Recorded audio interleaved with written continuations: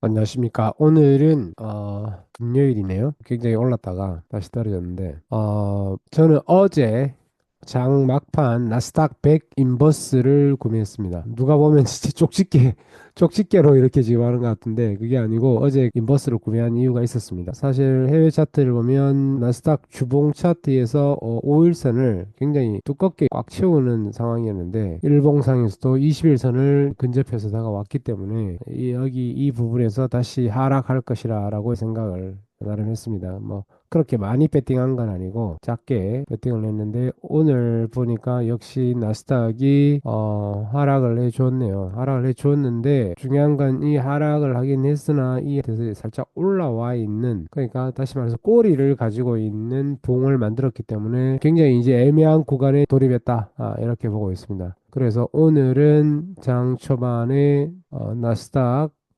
이거죠. 나스닥 이 녀석을 이제 아침에 매도를 하고, 아침 만약 이제 오늘 장 뭐 약간 크게 떨어져 있는 상황이라면 제가 들어갈 것 같고, 선물 레버리지를 중에 매수할 생각입니다. 당분간은 계속 칠 수밖에 없습니다. 지금 장이 그냥 그 외부 충격에 플락츄레이트하게 이렇게 움직이는데, 변동성 있게 움직이는데 지금 상황에서는 대응을 이렇게 하는 것이 저가 맞다고 생각했고, 장기 투자는 역시 때가 되면 이제 장기로 계속 이제 두고 갈 것 같습니다. 일단 시장을 한번 지켜봐야 되는데 시장의 뉴스 반응은 어떤 반응으로 있을지 한번 알아보겠습니다. 주식시장 판매 공세로 돌아가다 S&P 3.5% 하락, 다운은 1포인트 이상을 잃었고 나스닥은 4.3% 하락을 했어요. 뭐 그래도 꼬리를 만들었으니까 6%인가까지 하락하다가 다시 2% 정도 다시 올라와서 퍼센트에 하락한 것 같습니다. CPI 지수가 이제 나왔는데, 그러니까 CPI가 하락했음에도 불구하고 미국 주식이 떨어진다는 것은 왜 이렇게 떨어졌냐는 거죠. 보통 CPI 물가가 이렇게 안정적으로 가고 있는데, 그러면 관세 이야기가 나와도 물가는 안정적으로 가고 있으면 주식은 올라줘야 되지 않냐, 이 말인데, 이제 그렇지 않고, 관세 문제가 아직 해결되지가 않았죠. 관세 문제가 해결되지 않았고, 그다음에 미국 단기물 같은 경우에는 그대로 이제 하락을 반영했지만, 10년 국채 같은 10년 국채 금리 얘들은 그렇지가 않았죠. 살짝 올라가는 듯한, 장기를 봐서는 역시 물가가 앞으로 상승하지 않겠냐 이렇게 보고 있다는 이런 상황이고, 그다음에 WTI 또 하락을 했죠. 원유 가격을 보면 원유 가격이 크루드가 어제 다시 하락을 하긴 했는데 그 55달러를 지금 현재 55달러를 밑으로 이렇게 뚫지 않고 있는 상황이죠.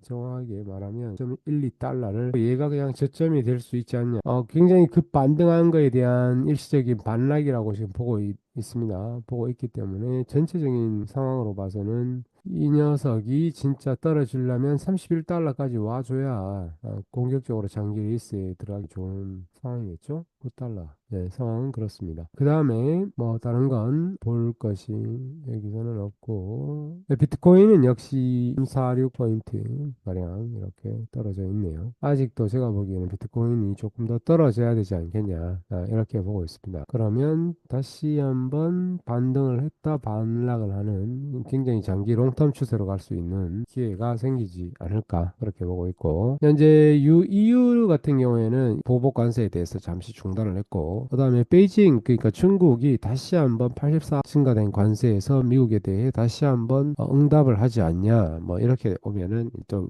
위험한 요소들이 아직 남아 있다, 이렇게 보고 있습니다. 지금 시장은 가벼워진 뉴욕 증시 9%까지 와리가리하는 미국 시장입니다. 정말 묵직하게 가고 있었는데 뭐 하루에도 많이 올라왔자 1배 뭐 0. 몇 퍼센트인데 전체는 그냥 쉽게 쉽게 움직이는 상황이 됐네요. 뭐 다른 부분은 여기는 볼만한 게 없네요. 볼만한 게 없고, 중국 관세 퍼센트에 깜짝 유가 하루만, 중국산 관세 퍼센트에서 140. 사실 이 미국 테크 기업들이 그 중국에 있는 원자재 이런 것들을 계속 갖고 오고 있기 때문에 과연 싸움이, 중국과 미국의 싸움이 어떻게 될지 참 의문스럽습니다. 의문스럽고, 그래도 지금 제가 봤을 때는 중국은 뭐 여기에 반응을 한다기보다는 일단 조용하게 가는 것이 중국의 전략인 것 같고, 무대형 전략으로 가는 것 같고, 뭐 상대방 지금 트럼프만 제가 봤을 때는 좀 안달이 나고 날뛴다 해야 되나? 이런 듯한 느낌을 계속 주고 있습니다. 어떻게 결과론적인 이야기만 계속하네요. 그죠? 그러면 이 전략은 저 같은 경우에는 아침에 그 인버스죠. 그쵸? 100 인버스를 어제 구매를 했으니까 나스닥 100 인버스 네, 이 녀석을 아침에 일단 팔고 다시 떨어져 있는 상황에서 타이거 200 선물 레버리지를 이래 볼 예정입니다. 전체적으로 아직 제가 봤을 때는 코스닥은 아직 조금 더 내려와야 된다고 생각하고 내가 매수를 할 수 있는 장기 추세 구간으로 진입할 것 같습니다. 롤러코스터를 탈 수 있는 장이라고 생각하고 있습니다. 오늘은 어제 구매한 정리하고 타이거 200 선물 레버리지를 기술적 분석에 의해서 매수 들어가지 않을까. 만약 오전장이 강하다 하면 인버스 쪽으로 노릴 거고 오전장이 약해서 굉장히 하락한 상태라면 레버리지를 노릴 것 같습니다. 성공 투자하시기를 바라겠습니다. 감사합니다.